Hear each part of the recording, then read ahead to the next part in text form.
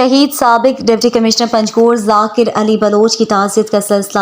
قوہدہ یوسف محلہ ابسر تربت میں جاری ہے۔ کیچ سمیت مکران کے دیگر علاقوں سے تعلق رکھنے والے سرکاری افسران، NGOs کے نمائندوں، کاروباری شخصیات سمیت سیاسی و سماجی شخصیات کی آمد کا سلسلہ جاری ہے۔ بلوچ یکجہتی کمیٹی کے رہنما صبغت اللہ شاہ جی بلوچ، معروف قانوندان ایڈوکیٹ سید مجید شاہ، ملا سید در محمد بلوچ، سید حبیب شاہ، میر در محمد بلیدی، مزار رحیم، میر اختر علی، میئر میونسپل کارپوریشن تربت بلخ شیر قاسی، سابق چیئرمین ضلعی کونسل گوادر بابو گلاب بلوچ، قوہدہ حمید بلوچ